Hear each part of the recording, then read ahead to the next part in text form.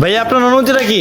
অনুভূতি মানে কি যে বলবো, আমি ভাষায় প্রকাশ করতে পারছি না। আমার হচ্ছে দিলের ভিতরে যে কেমন একটা কষ্ট মানে মানে আছে, আমি আপনার ভাষায় প্রকাশ করতে পারতেছি না। আমরা অনেকদিন একসাথে ছিলাম, এখন চলে যাব, কে কোথায় যায় ঠিক ঠিকানা নাই। তো আমার দিলের কথা না বলতে পারতেছি না, ওই ভাষাটা আমি শিখি নাই। তো আমাদের কাছ থেকে একজন শায়েক আছে, শায়েক কিছু কথা বলবে, একটু শুনি আমরা। আসেন। কষ্টটা হচ্ছে সবাই চলে গেছে, এই মুহূর্তটা সবাই পেলো না, এটা হলো কষ্ট।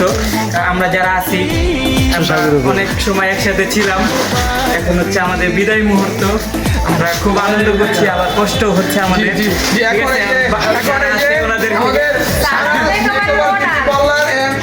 ওনার আর ডিরেক্টর ম্যানেজার এখন কথা বলবে, পাঁচটা কথা বলবে ডিরেক্টর ম্যানেজার। বলেন।